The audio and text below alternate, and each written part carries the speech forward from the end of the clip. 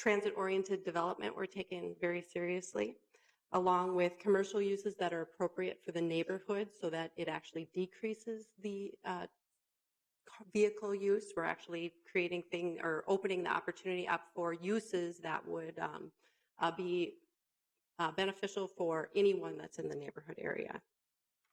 We're also looking at continuing that urban fabric and really creating that urban context, that Main Street feel, and that experience for the pedestrian at the first level. You may have also noticed that we took into consideration some of the feedback that we received at Committee of the Whole as well as at our neighborhood meetings. So some of the adjustments that you may note, I don't suppose I can get back.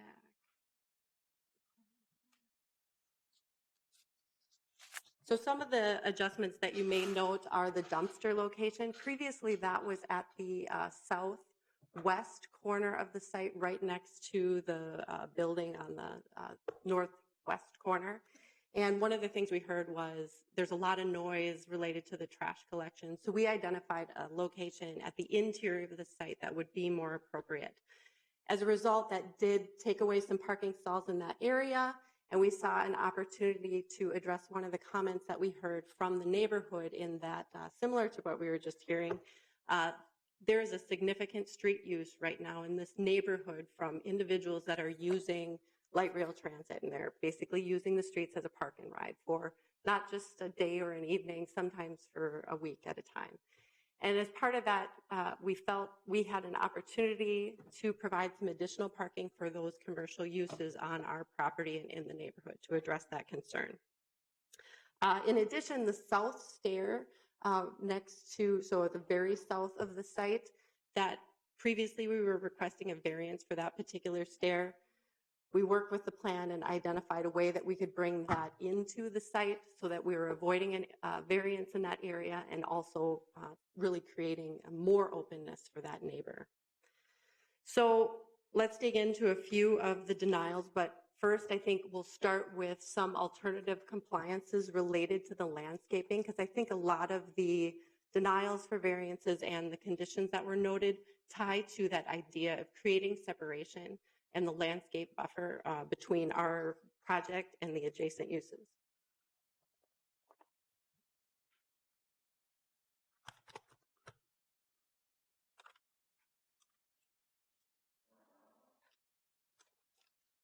Good evening, Commissioners. My name is Tony Crea, and I'm with the Lander Group. And I just wanted to share and touch base briefly regarding the understanding, obviously, of the minimized setbacks. Oh boy. And really touch base on our experiences, knowing how significant and important that they are. So I took a bunch of photos from a number of our projects over the last number of years just to show the significance. They were all vertical when I started this. But let's start there if we could. So Councilmember Bender, this is in your ward. This is the Motive Apartments on 24th and Colfax. There we have just a simple 2-foot strip separating that curb cut from the neighboring property. Initially was a fence. We negotiated with the neighbor and to not only have the fence, but to bring forth the plantings to provide a green edge there. If you notice, as you can see through the porosity of that fence, the cars from the neighboring apartment building are parked tight to that fence, but that creates that separation. So we're able to achieve that. This is a project in St. Paul called Printers Row, done back in 2005. There's a 4-foot strip, and so there's just a line of trees. Again, knowing narrow spaces, separation between separate parcels, and again, a cherished track record showing that significance. West River Commons. So this is an actual photo on Saturday of the alley condition to the north side of West River Commons. The plantings that are on the left separate the alley, the city alley, from 40, 50 some cars that one cannot see because of that density and the plantings and a fence that exists in that location. So those are some simple examples that we understand the significance, have the experience of the significance. We don't need to have massive amounts of space to create those barriers And again, knowing we have a very challenging site with the multiple side yards, that's why we're proposing some of those simple fixes. Right. Commissioner Lupke Pier, you have a question? I just had a for the question because one of the setback requests is for 11 feet to 0 feet on the west interior side yard, and it would be 4 feet from a neighboring building. Do you have any photos showing what two buildings 4 feet away from each other would look like? We don't. No. Commissioner Kranzer. And that's why we're talking about building code stuff. Wouldn't you need 10 feet between those two buildings to put windows in both buildings? Are you referring to the Cupcake building? Nope, the other side. The other side, on the west side? Yeah. Between those two buildings, What you I need. believe we can have protected openings as soon as there's 5 feet. 5 feet. I could jump ahead and address that item. One of the reasons that we were looking at designing that building to a zero lot line is that idea of an urban main street, to avoid the gaps between buildings that really, sort of as you're walking down a nice urban road, you're not going to see those gaps unless they're really drastic and intentional for a patio use or some other sort of outdoor use. So we believe bringing the building right to the lot line is going to allow for that urban experience and the opportunity for redevelopment on the adjacent corner to the west, building right up to the lot line and really filling out that street nicely.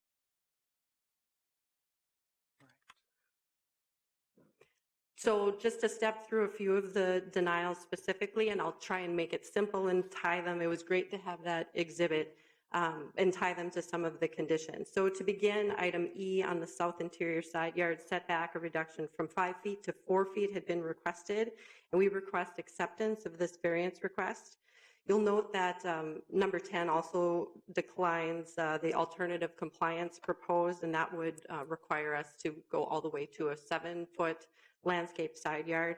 And as we've illustrated here, within 4 feet, a lot can be achieved with that landscaping. A lot can be achieved with the density of planting and noise reduction. And we believe that that would be an advantage to this location. G, variance to reduce the west interior side yard setback. I just mentioned our notes on that. We believe that that's the best solution in order to meet the vision for this community, and it would be a lost opportunity if that 5-foot setback is implemented. Letter H, variance to reduce the south rear yard setback. It was requested to be reduced from 5 feet to 1 feet. One of the consistent comments that we heard was about parking. So we believe that this would be one of the items that we're hearing over and over again from the neighborhood that is experiencing development early on, prior to them being able to see a lot of policies and procedures being implemented that helps protect the parking that's on the street. So we believe this would be a valuable, desirable amenity for the neighborhood. So this item also ties to condition 10 and 11, that greater than 5 feet is being requested. So we'd need 7 feet in this location for a landscape buffer. In this case, the 1 foot setback allows us to have 7 additional parking stalls. And although that is over the number that we're required to have, we believe it's a significant benefit. And that within that 1 foot, we had not indicated that we could provide vines on that fence. That was an oversight on our part. But there's plantings between vines, or even putting planters along or on top of the fence that would really add to that, the buffering and to that experience for the neighbor next door. So talking about the conditions, item number 3, windows at the first floor facing parking. To begin, I'd like to request a clarification. I believe on the west elevation that since it's residential, that 20% would be the requirement. Is that correct? Because this is all technically one building, it's a mixed-use building, and the commercial requirements apply, so it's 30%. One of the reasons I was asking that is there's additional, if this is defined as a residential use in the 20%, if that were to apply, there's also conditions within the residential use that would allow us to locate windows, especially to hit 30% is a pretty high number within the heights allowed. It would also allow us to use some clear-story windows in locations in those residences that we would like to see some privacy. the general position on this is that we do have a lot of eyes into this parking lot. We have a lot of uses, both from the commercial and the residents that'll be using this parking lot. It's not just a commercial parking lot. So we believe that the safety within that area is adequate, minus the additional windows. And there is a concern that, especially in the residences, the marketability of those units would be compromised, and you may end up with windows into an empty unit. So items 4 and 8, windows on the 4th floor east adjacent to Cupcake and the west elevation. So I believe that this was referring just to the upper levels of the east elevation. That's correct. Okay. And the west, and number 8 on the west elevation, since we're proposing a 0 lot line, that would not allow us to have windows. And then finally, the north elevation, so it's really that piece that's wrapping Cupcake. Most of this elevation is blocked by views from the street, and given the proximity to the adjacent building, we felt that views through this would not be desirable unless we, again, were referring to just that top floor. That was number 8. Oh, I had them backwards then. I apologize. Okay. Number 5, walls facing the building on the corner. The 2 noted facades face the Cupcake building. Again, the majority of it is blocked by view. We felt that maintaining that stucco wrapping the building was a more consistent approach than proposing a random material that we're using anywhere else on the building. It's hard to transition a material at the inside corner, especially when we're with the look that we're trying to go for. So one of the items we propose is through the use of control joints, we can create interest on that elevation. Number 6 and 7, the material changes. Again, the design approach, as mentioned, was to create 3 freestanding buildings. We appreciate staff's understanding of this approach, and we also realize that this would challenge our ability to meet some of the material requirements because we are taking a minimalist approach in areas. So on item number 7, we felt this was an opportunity to create a more intentional material change to wrap the outside corner. So that's at the point in the alley where we're transitioning from stucco to the panel material, which would wrap into the alley. We felt it was an opportunity to address the material change and create some interest. Item number 6, this ties to the wrap, or excuse me, I have them backwards. That was tying to that. Number 7, sorry, I have to check my notes. On the west facing the alley. No, I did have those correct. Number 7 was the item I just mentioned. And number 6, the fiber cement panel on the south elevation being replaced with the lap siding. We felt it would, again, with this material, the full panel piece wrapping versus changing to siding to make those 2 elevations on the south side match. We felt that maintaining that panel would be more appropriate. And then finally, the landscape yards, number 10, 11, and 12. We've discussed 10 and 11. Item number 12 is relating to the minimum of 7 feet between the east side and the alley. It was noted that there's additional sidewalk that could be lost in order to accomplish that. It's actually an area that we have bike parking. You can see there's bump outs that we would be able to include bike parking. And there's also a spot to allow cars to back up slightly, and we would lose both of those by shifting those. So we request that, that these items are taken into consideration and that the variances requested are approved and you consider the conditions noted. Okay, thank you. Are there any questions of the applicant? If there are none, we can move on to some other speakers. How many of you would like to speak on this? I'm sorry. Commissioner Kronzer. I have a quick question. What color is the metal panel you're proposing on the upper floors?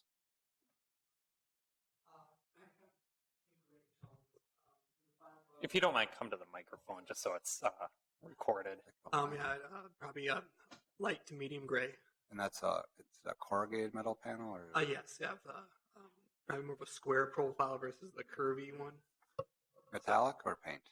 Paint. So flat. Yep. The neckline. What's that?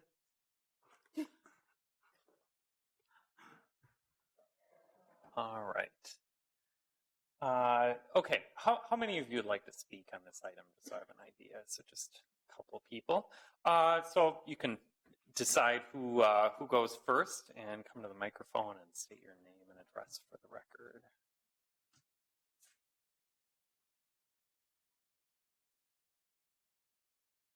Good evening. I'm Jennifer Halter. I live at 3820 29th Avenue South. I'm a new resident to the neighborhood, specifically moved there because it is close to the light rail. We appreciate the urban development that's happening there, and we appreciate that there is a development wanting to be in that location. It is favorable to the neighborhood, however, it seems too big for the space that's allotted. My concern is, and my reference is, an apartment building that encompasses the coffee shop. Kenai? Okay, the Kenai coffee shop.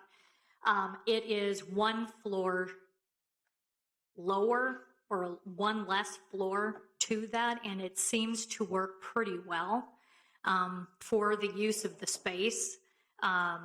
The variances, I think, don't allow for the residents who are remaining in that area. Someone asked, what's 4 feet? 4 feet is less than I am tall, and I'm not a very tall person. So I would like for you to consider that with the residents, and that when you are making a decision, you are setting precedents for further development in the area, and that is what my concern is. I'm also concerned about the impact of the construction on the homes in that area, about when the construction vehicles are coming through, what it's going to take to build that, and might there be damage to the houses that are close to or already 100 years old. I'm concerned about the impact of the use of the existing water lines, sewer lines, the age of that infrastructure and what's going to happen with that construction traffic coming across that. And then if that needs to be upgraded, what is going to be the cost to the residents who are currently living there? So we appreciate this development of this area. The variances requested indicate that perhaps this particular project is too big for the space that is being requested. Thank you. Great, thank you. Next speaker, would you like to come to the microphone and state your name and address? Hi, good evening. My name is Molly McCartney. I live at 3933 27th Avenue South, about a block and a half south of the site. I'm also the board president of the Standish Erickson Neighborhood Association. I believe you have a letter for me in your packet, and I stated in that letter that the development team did a pretty good job of doing outreach to the neighborhood, including the rezoning petitions. They did host a meeting with about 70 people in attendance, and folks had some concerns about congestion, the building size, as well as construction impacts. But overall, I think it was a positive meeting. The neighborhood association does not make recommendations for or against development projects typically, and we haven't this time either. We just want to convene and be a place for neighbors to learn more about projects. But personally, I'm here on behalf of myself and my excitement for a project like this in a station area near the 38th Street station. I moved into this neighborhood 12 years ago, right before the Blue Line opened, and I've been expecting transit-oriented development like this that whole time. So this is, I think, a positive step for our neighborhood in South Minneapolis in general. I think some of the variances that are up for debate tonight kind of have to weigh what the impact of additional parking spaces would be on the neighborhood, even though we are trying to move toward using transit more. There is a lot of impacts for on-street parking, and I think allowing additional 7 spaces might alleviate some of that issues for neighbors. But I just wanted to say I'm in support of the project, and please consider granting all the approvals tonight. Thank you. All right, thank you. And is there, yes, please state your name and address for the record.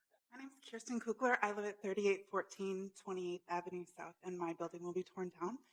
but I'm in support of this because I think it's great for the neighborhood, and it's really exciting to see the neighborhood be growing.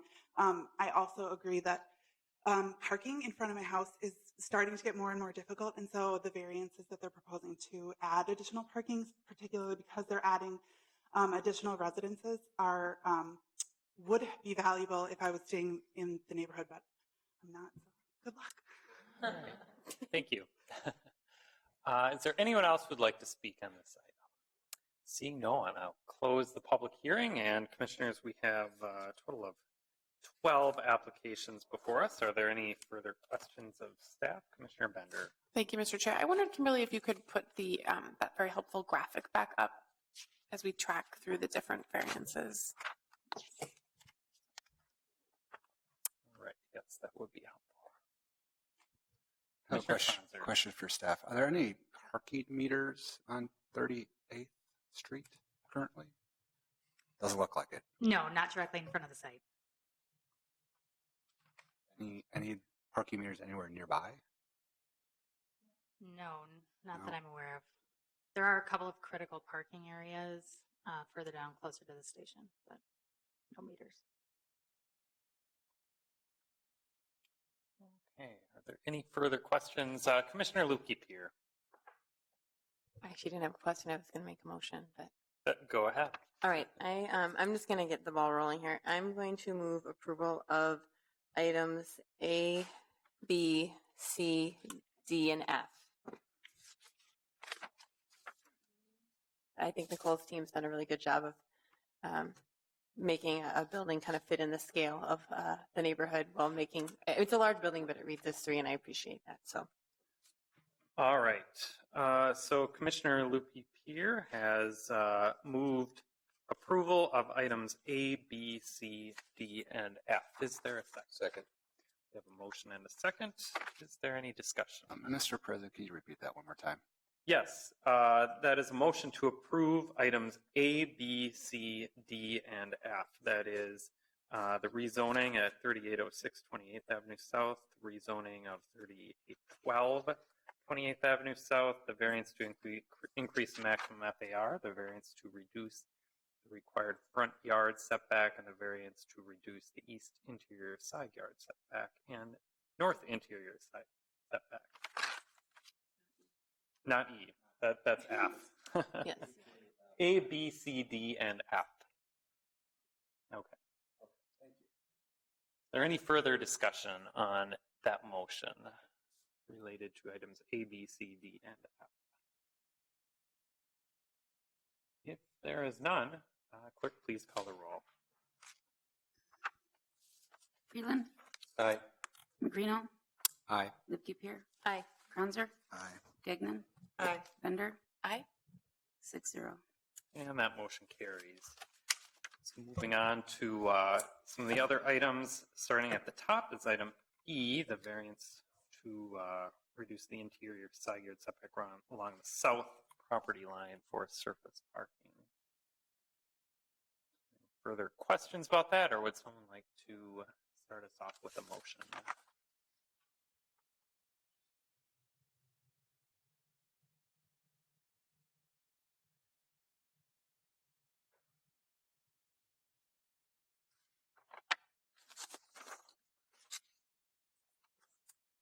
Item E. Commissioner Magrino.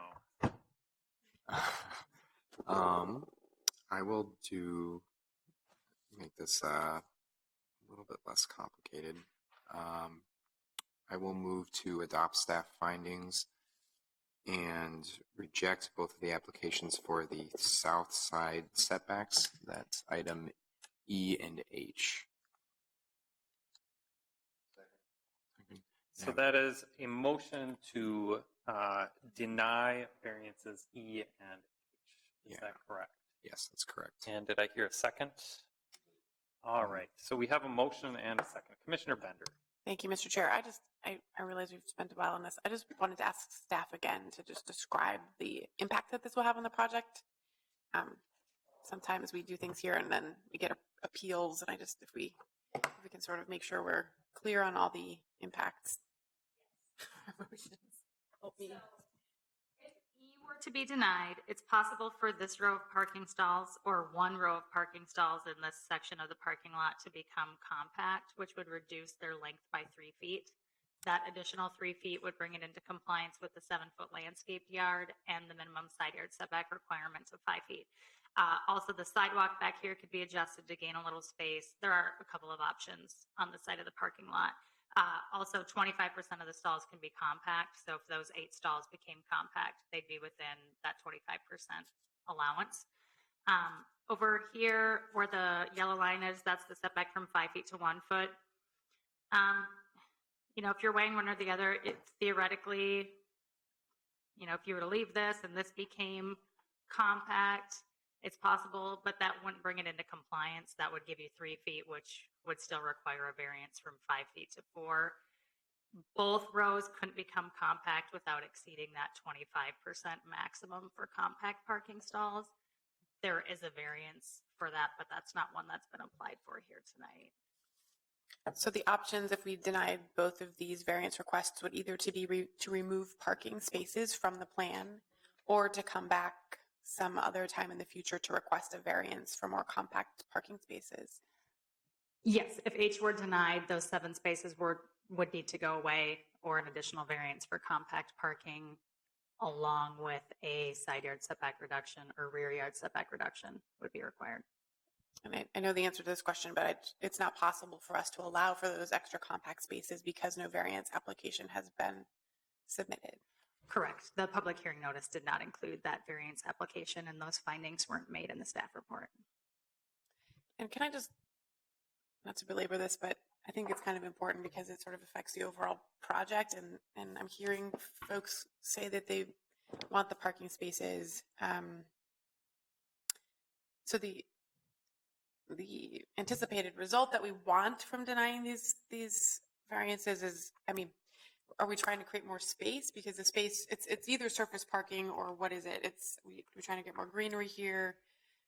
Because again, it's not like a building is coming up to this space. It's surface parking. Correct. So it's to allow adequate separation between uses and to provide that buffer yard that's called for in the small area plan and an adopted policy related to our landscape yard requirements and our setback requirements. There's a character issue there. Right now it's auto repair, so there's a building pretty close to that property line currently. When this was before you at committee of the whole, there was a single loaded row of parking in that location with a drive aisle. That drive aisle has now become parking spaces. So, and to explain my reasoning a little bit here, with item E, as you were saying, that's something that they could adjust and make compact spaces on. With item H, you said the house that's currently to the south, it's 4 feet from the property line. So they would have, bumpers 5 feet away from windows. yes, I can't find my little remote to change the page at the moment, but that house is 4 feet off the property line, and it actually has windows that directly look out to that parking area. There's an additional nuance with the code there that they have a 6-foot fence proposed, but where it meets the back of the house, it has to step down to 4 feet. So that doesn't necessarily allow for the headlights to be visible, but it diminishes the amount of screening that can be accomplished with a fence, and landscaping would provide additional screening and an additional buffer in that location. Commissioner Lupke here. So Kimberly, just to clarify, if both of the motions were approved, approving E, which is the denial, would result, if they changed a middle row by the dumpster to compact, it wouldn't result in a reduction of parking at that location. It just would mean that 7 spaces become compact, correct? It would be up to the applicant how they want to do that adjustment, but yes. But yeah. Yes. And then the outcome of H would effectively, they could technically parallel park 2 cars. So it would really just be a reduction of 5 stalls total without having to come back for anything. They could have the compact spaces and have those and have just a total reduction of 5 spaces without having to come back for additional applications, correct? Correct. Okay, thank you. Okay. Commissioner Kronzer. Yeah, I have a request to Commissioner Magrino to split these variances into 2 separate motions. That's fine. So would I withdraw a motion? Yeah, I think if you withdraw the original motion. Okay, so I will withdraw my previous motion, and I will make a second motion. We'll start with item E to adopt staff findings and reject the application for the south interior side yard setback.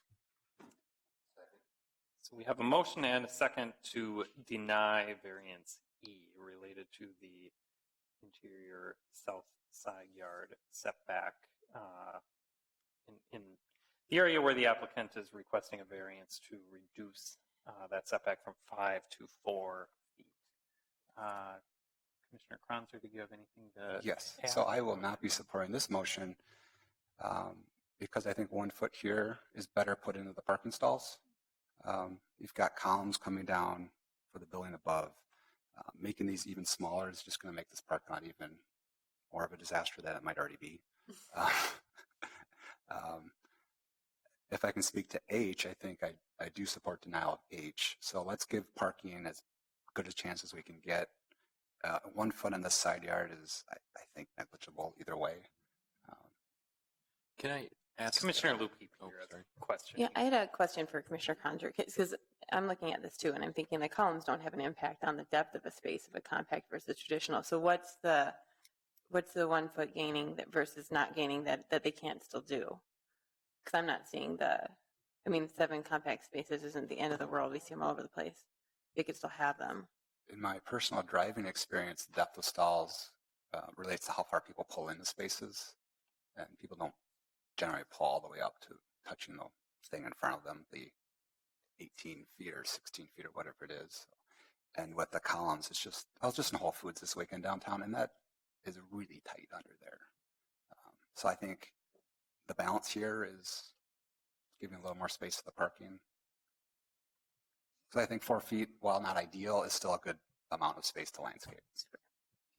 Okay, and I have to say, I agree with you that columns make it terrible, but I don't think the depth makes any difference for the columns. I mean, it's still a narrow spot either way.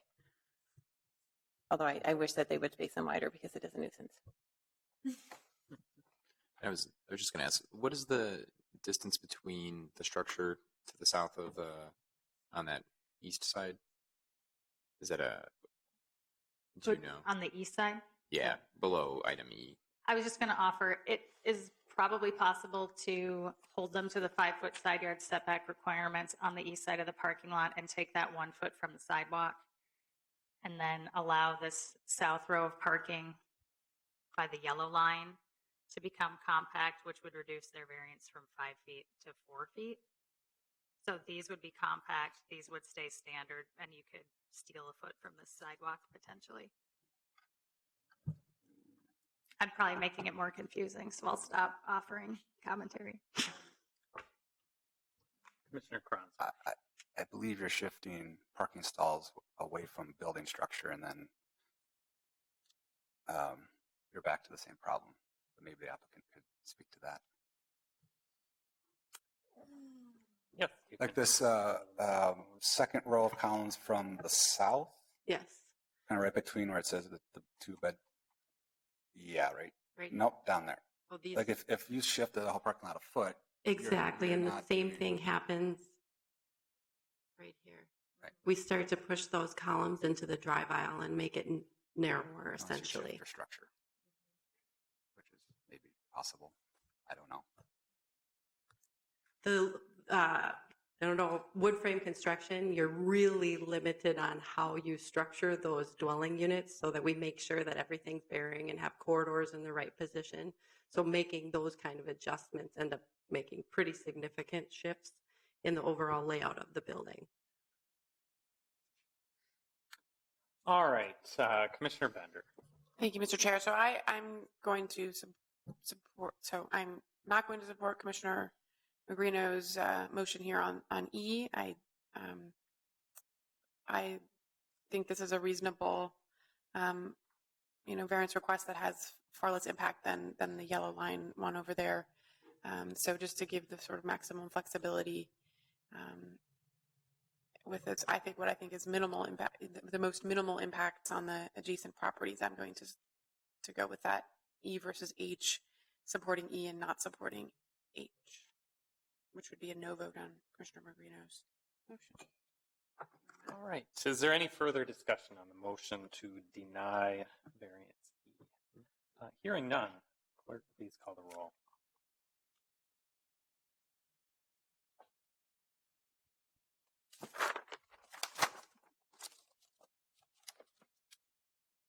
Let's see. Bender? No. Gagnon? Aye. Kranzer? No. Lipke Pear? Aye. Magrino? Aye. And Vreeland? No. So we have 3 yeses and 3 nos. So you could. Yeah, I will vote. It's a rare occurrence. And I'll vote no. Historic day. So that motion fails. Would someone like to take a stab at an alternative? to I that would. motion? Commissioner Cronster. Thank you, Mr. President. I will make a motion tied to the letter E, a variant to approve the variance for the side yard setback along the south property line on the east side of the alley from 5 feet to 4 feet. All right, we have a motion to approve variance E. Is there a second? Second. We have a motion and a second. Is there any further discussion? We may, well, we did talk about it during the previous motion. Maybe Commissioner Kronzer wouldn't hurt if you recap that, just because we are Certainly. needing to make some findings there. Certainly, we talked about the amount of landscaping that's provided in 4 feet versus 5 feet. As I stated, the 4 feet seems significant enough that the 1 foot, based on the complication with the building structure, and with, well, I guess we can't talk about future motion, but with the idea that a parking lot is designed as efficiently and effectively as possible to help protect the welfare of the users. I think that's a good summary.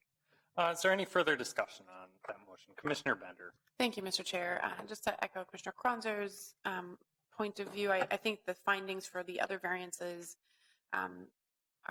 this one is similar in that the site itself is very complex, and the shape of the site itself creates a practical difficulty. And so I think this variance is reacting to that practical difficulty in a way that minimizes the impact of this building on adjacent properties, which is why I have a different point of view on H. Thank you. All right. If there's no further discussion, clerk, please call the roll. Vreeland? Aye. Magrino? Nay. Lipke Pear? No. Kranzer? Aye. Gagnon? Aye. Bender? Aye. So that's 4-2. And that motion carries. So next we have, well, would someone like to make a motion on, let's go on to item H. Would someone like to make a motion on that? Commissioner Magrino. We'll take that back up and make a motion to adopt staff findings and deny the application for the variance to go from 5 feet to 1 foot on the south rear side, item H. Second. All right, we have a motion and a second to deny the variance, H pertaining to the south side yard setback. The request is from 5 feet to 1 foot. Is there any further discussion on that? Hearing none, clerk, please call the roll.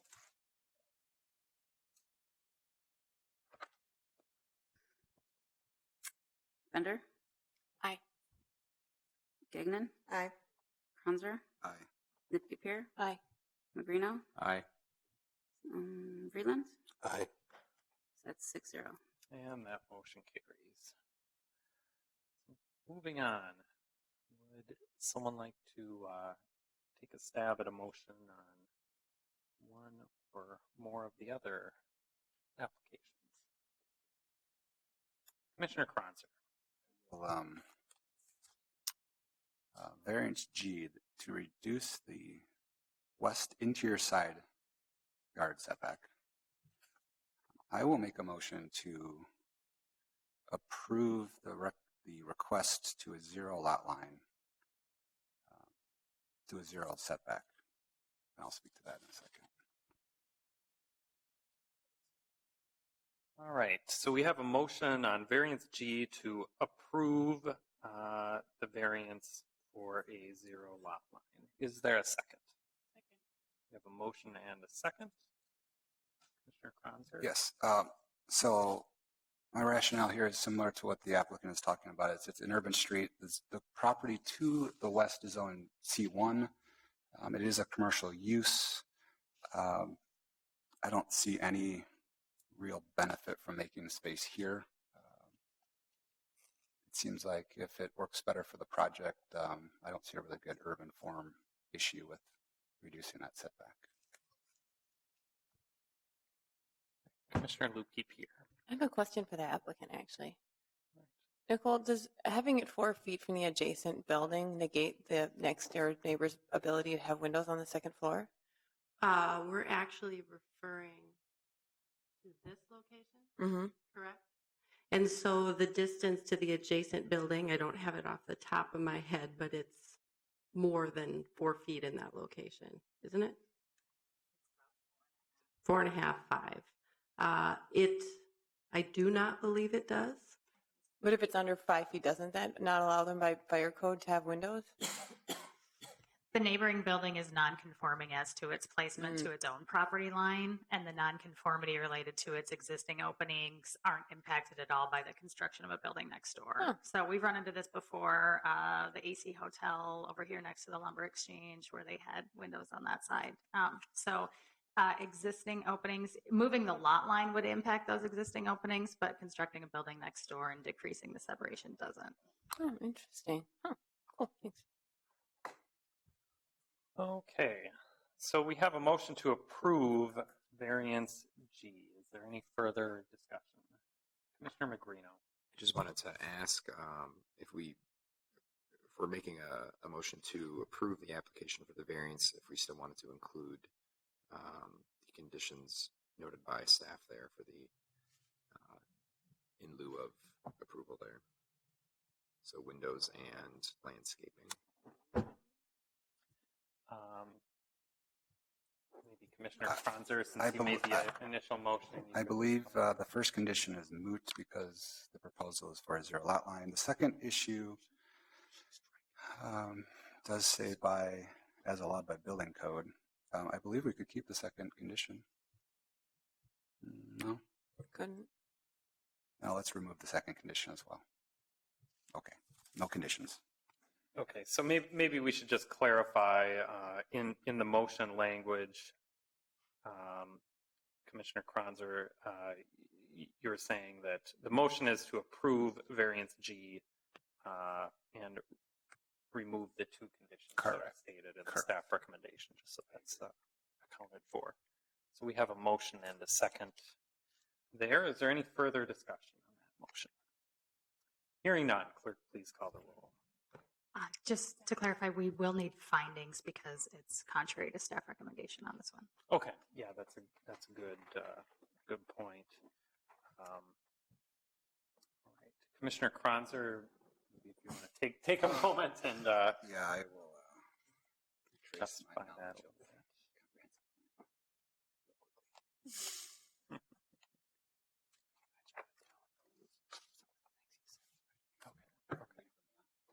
So we got, it helps support orderly development in traditional urban form. It helps support small businesses and a mix of housing types and densities. It supports activity within transit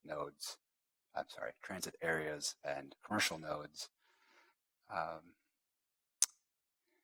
sure it supports tax base. And I think we got a few of the things you said in your initial motion. So I think we have a good justification for that now. So again, we have a motion and a second to approve variance G with no conditions. Clerk, please call the roll.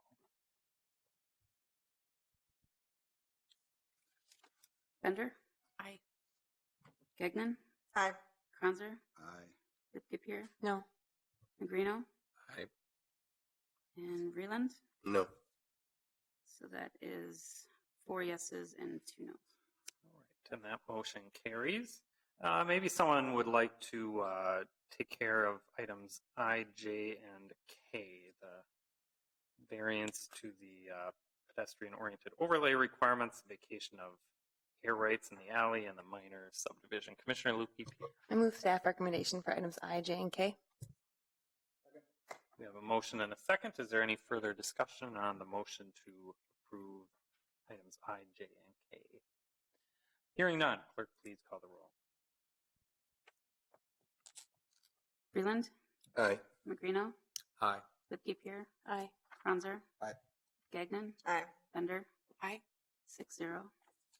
Right, and that motion carries. Finally, we have item L, the site plan review. Just looking through to see if there are other actions affect any of those conditions.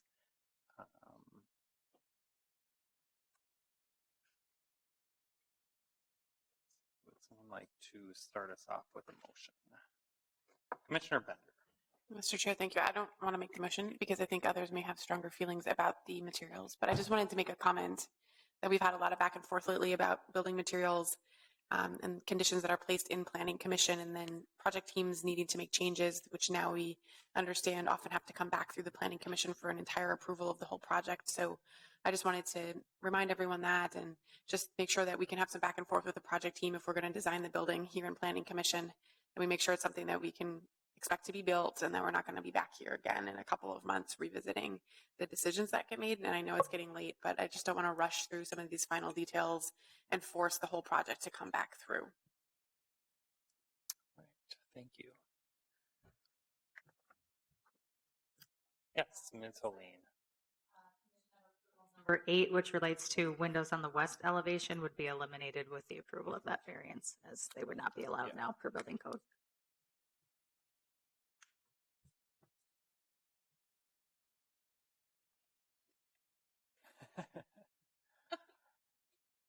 Killed everyone's spirit.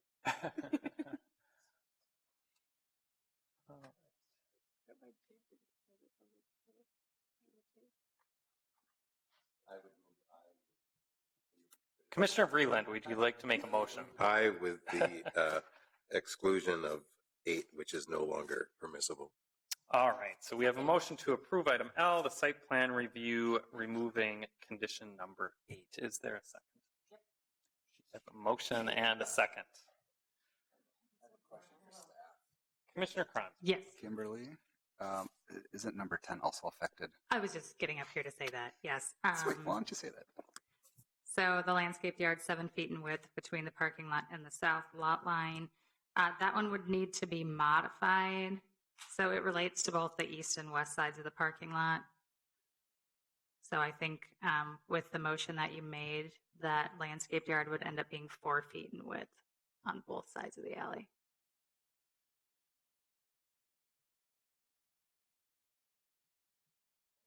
I would add that correction. Take a vote on that. All right. Yes, we can. So basically, Commissioner Vreeland's motion is in condition number 10 to change it. It currently reads the landscape yard a minimum of 7 feet in width shall be provided between the parking lot and south lot line. We will just change that to a landscape yard a minimum of 4 feet in width shall be provided between the parking lot and the south lot line. Is there a second? We have a motion and a second. All in favor signify by saying aye. And that motion carries. So we have now revised condition number 10. Is there any further discussion on the original motion to approve item L, the site plan review? Commissioner Cron. I would just like to request that the applicant reconsider the metal painted color on the corrugated metal. If you go look at the Lime building in my neighborhood, it's all flat gray metal in the back, and it looks really awful. Think about where people are going to be seeing this building down the street from the single family and looking up at a very Not that I don't like the material, but in this condition, I think it's not terribly appropriate. So maybe something darker, maybe something that's more colorful, that has a little more life to it. And I also don't quite understand the 4-story facing 28th that's all glass. It just seems very not residential to me. So maybe think about how to